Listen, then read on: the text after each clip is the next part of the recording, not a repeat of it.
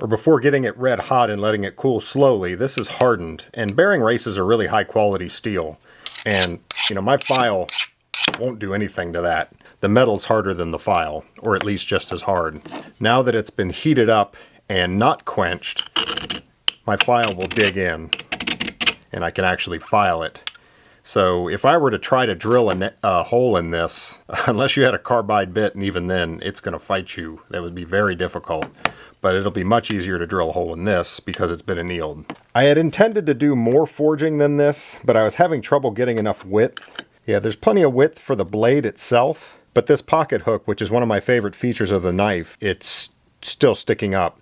And I think what I'm going to do, I'm probably just going to put a little bit of weld on that, because that doesn't need to be hardenable steel, that just needs to be some steel there.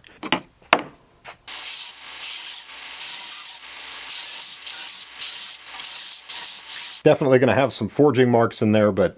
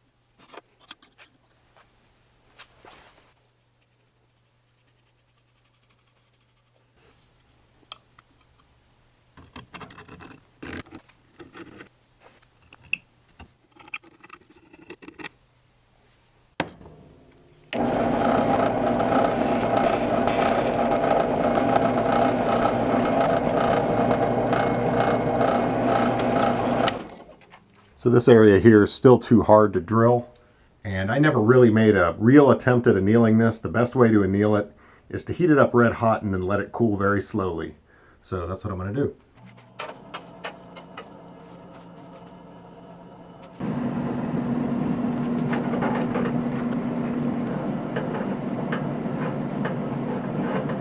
Got the whole thing glowing.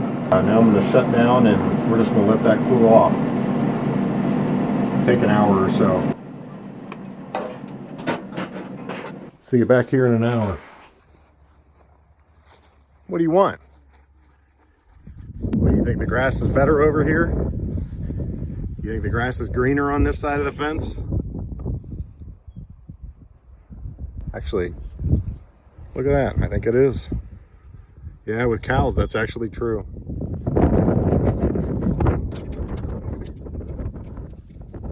Come on back. Push that gate into me. Go on.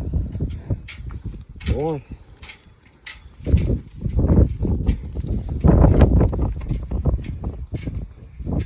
Look out. Go on. Okay. Come cows, come cows. Come on, guys. The grass is greener.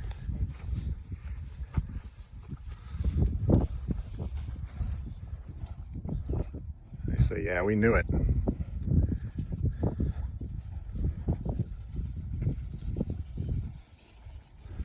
Let's see if these guys can figure out how to go through that gate. Uh-oh, the calves. Go on, calves. Go over there. Yeah, like that.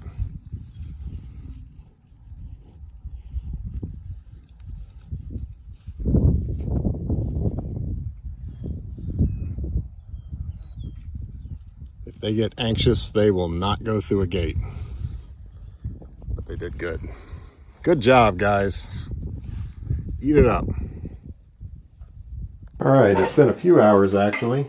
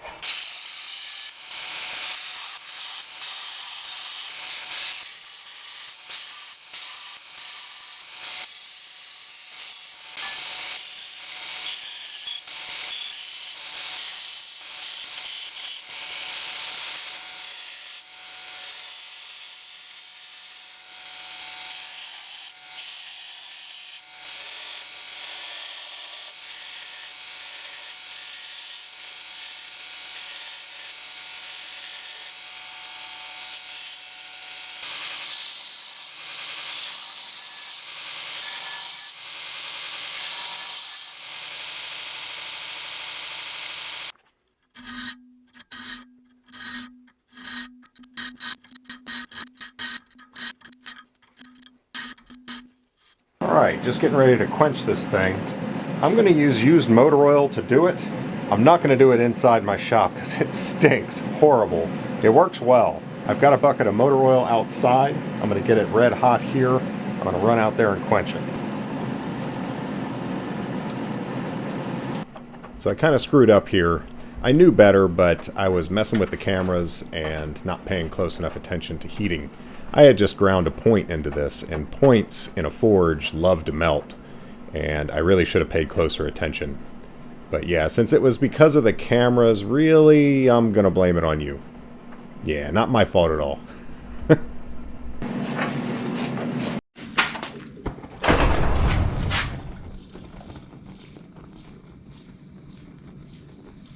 Nothing like the smell of burnt motor oil.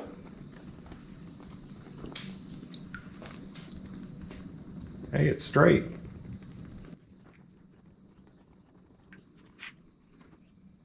After quenching, the metal is hard again and the file will no longer dig in. It's actually a little too hard in this state and very brittle. It would break easily if impacted. Sanding the carbon off so that I can see the metal, because now we're going to temper it. And the way you gauge that temperature in the shop like this, you know, this is old school, is looking at the color of the steel, so you need to be able to see the bare metal. We need to take it up to, I forget the numbers, it's like 600 degrees, and hold it there just for a little bit, but no more. And that will take some of the hardness and brittleness out of the metal and make it tougher, but not completely anneal it. Makes a good knife.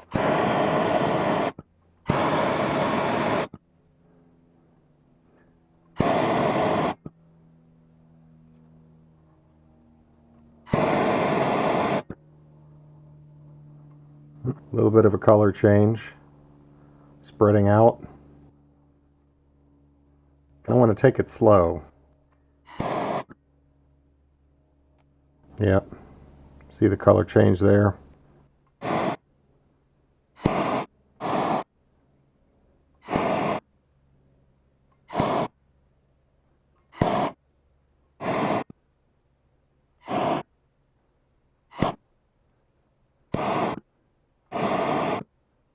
Getting a little bit of purple right there, that's okay. This is all looking really good.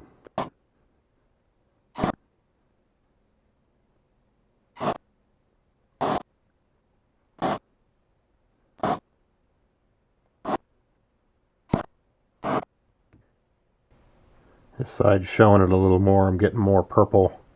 Yep, starting to see purple there, so I'm done.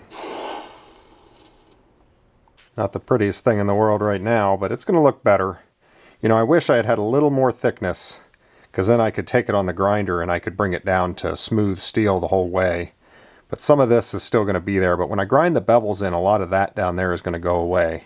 It's actually kind of a neat pattern. Although it's lousy blacksmith is what that is. So welcome to a really quick metallurgy for dummies. What's going on with this hardening, quenching, annealing, tempering? Well, that all involves carbon steel. And most steel around us, standard square tube, angle iron, flat bar, most of that is mild steel, has almost no carbon in it, and it is not going to do anything that we're about to talk about. But steel that has been treated with carbon to have the right amount of carbon does some special things that give it special properties. If you have a piece of steel like a knife that needs to be particularly tough, it's going to be carbon steel. If it's not, it's going to be a piece of junk knife. You know, saw blades, lawnmower blades, bearing races, tools, these things are all going to be hardenable steel, carbon steels. In simple terms, what's going on here? Now, this is going to be a really dumbed down version. We've got a piece of carbon steel here and increasing temperature. What you need to know is there's crystals in the metal and they change depending on the temperature. At room temperature, it is going to be in a certain state. I'm going to represent this with different shapes. So let's say at room temperature, we have circular crystals. Then as you come up in temperature, you get triangles. Then you get rectangles. Then you get diamonds. You get the point. And these all have names, but you don't need to know any of those names. There's ferrite and austenite and pearlite and whatever. These different crystal shapes all have different properties when they're at room temperature. But, you know, this is like red hot. You know, this is maybe 1,000 degrees here. And this is, you know, room temperature. What's going on when you take this piece of carbon steel from room temperature and you heat it up? The molecules start bouncing around more. The carbon atoms, everything is able to sort of reorganize itself into the state that it wants to be in at that energy level. So at this temperature, it wants to be in this state. In this temperature, it wants to be in this state. Well, it turns out that up here is hard. These things are very hard and very brittle. The crystals at the higher temperatures would be very hard if they were at room temperature in that state. The crystals down here are quote unquote soft. You know, this is still steel. It's not soft, but it is softer. So when you heat something up, the crystal structure is changing as it gets hotter. If you allow it to cool slowly, it'll do the reverse. It'll go here, here, here, here, and it'll be in its softest state. And that's what we did when we annealed that thing. I wasn't able to drill it because the crystals were still in some harder form. And I brought it down to the softest structure it could be, and it drilled easily. Now, when you want it hard, you heat it up to this 1,000 degrees. You don't allow it to cool slowly. You don't give the molecules time to reorganize as it's cooling off. You dunk it in oil or water, which rapidly reduces its temperature and freezes the crystals in that state. You've now obtained a crystal structure very different from this. So the room temperature material now has different properties. It's very hard. Well, these crystals are too hard. They're too brittle, and your knife is going to break. So now you need to temper it. And when you temper it, you take it up in temperature a little bit. So just enough so that these crystals can kind of reorganize a little bit and get in this happy medium state.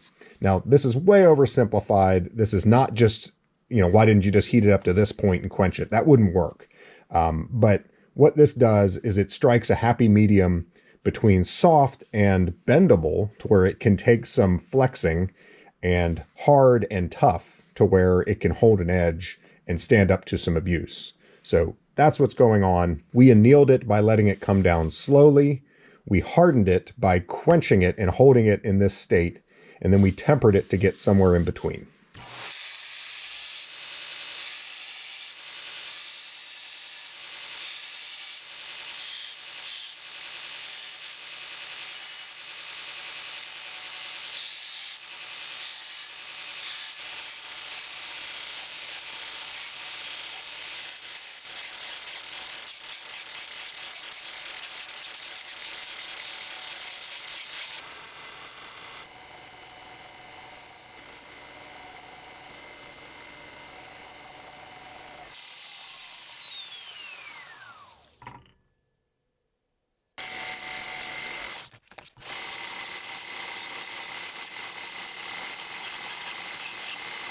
All right, how did we end up? I think I'm a bit shorter. Yep.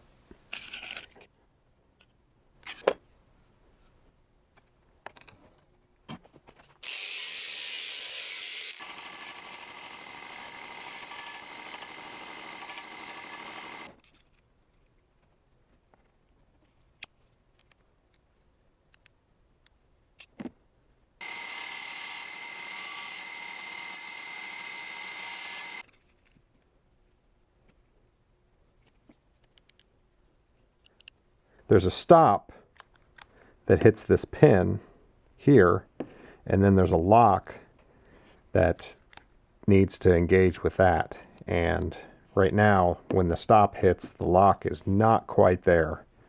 But that determines the angle that it's going to be at when it stops. And I think the angle's good now. So I need to take off of this portion. So I'll take a tiny bit there. And then let's see how it's closing. Go a little bit more.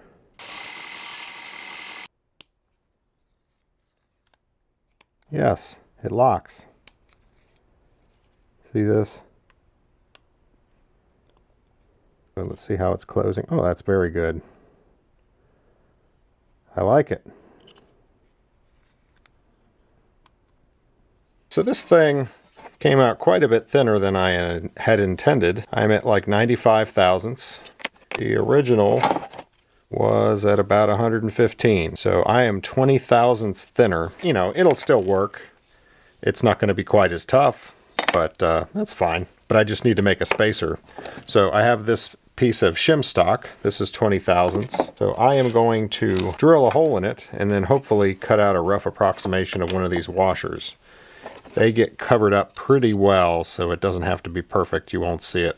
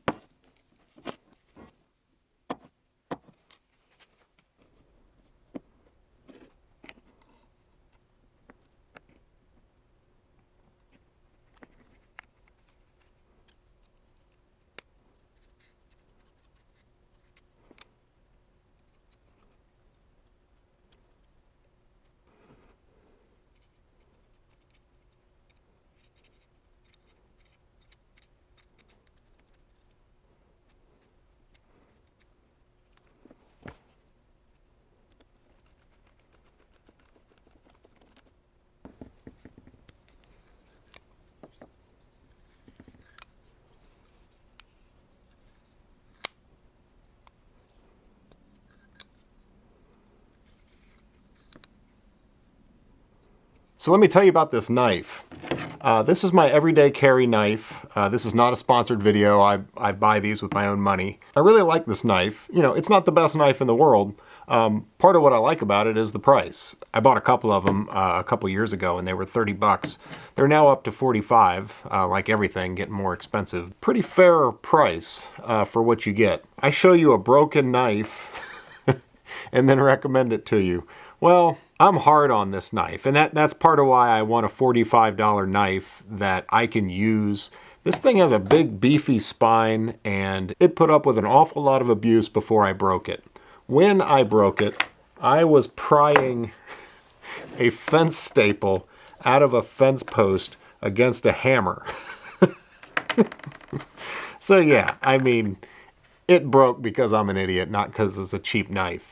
And I carried this blade for probably 2 to 3 years before it finally gave up. So what I like about it, it's a pretty good quality knife. It's made by Kershaw, but it's got this pocket hook. That is the most important thing for me that sets this knife apart. So when you're carrying, by the way, yeah, there's my other one. This one I haven't broken yet. So when you put it in your pocket, the hook is right there, and it just takes a little bit of practice, a little bit of getting used to, but you can grab the knife and intentionally hook your pocket with it and make the knife open. And in one fluid motion, you draw the knife and open it.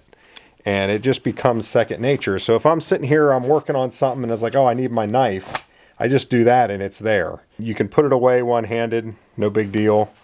Back in the pocket, you need it again.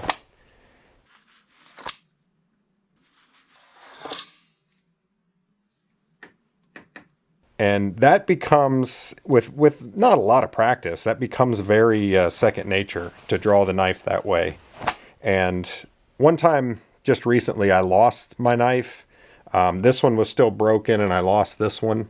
So I had to use like another knife that's actually more expensive, and a regular pocket knife, good quality knife. But it just bugged me that I had to draw it and then deploy the blade. This really, you kind of get used to it and you really like it. Now what I will say, if you get this and you're not used to the pocket hook, be careful, because when you go to take your knife out of your pocket when you're going to bed at night, you'll draw it and it'll do that. And you're not ready for that blade to be exposed. And it's razor sharp. Well, it just took a few times. So what I do when I'm pulling it out of my pocket and I don't want to deploy it, I wrap my fingers around it so that it can't open. So even if that pocket hook hooks, it can't do anything. So there's just kind of two motions, but if I want to use the knife, it's that. And if I don't want to use the knife, I just kind of engulf it in my hand and pull it straight up. Obviously, I'm no blacksmith. This didn't come out quite as nice as I hoped. I was hoping I'd have a little more thickness and I could grind all the blacksmithing marks out, but it is kind of cool. And you know what? This knife was the throwout bearing in my truck. That's just cool. But I'm going to use it and I'm going to abuse it, and one day I'll probably break it. Yeah, what a fun build. It's fun to be able to take a piece of junk and turn it into something. So I've got this knife posted in my Amazon store. It's under Tools Every Shop Needs. Check it out if you're interested. Kershaw also makes several other designs. You don't have to get the Tonto style blade with the pocket hook. But yeah, I really like that pocket hook. It's a little odd at first. You get used to it and then you don't want to be without it. It's very cool.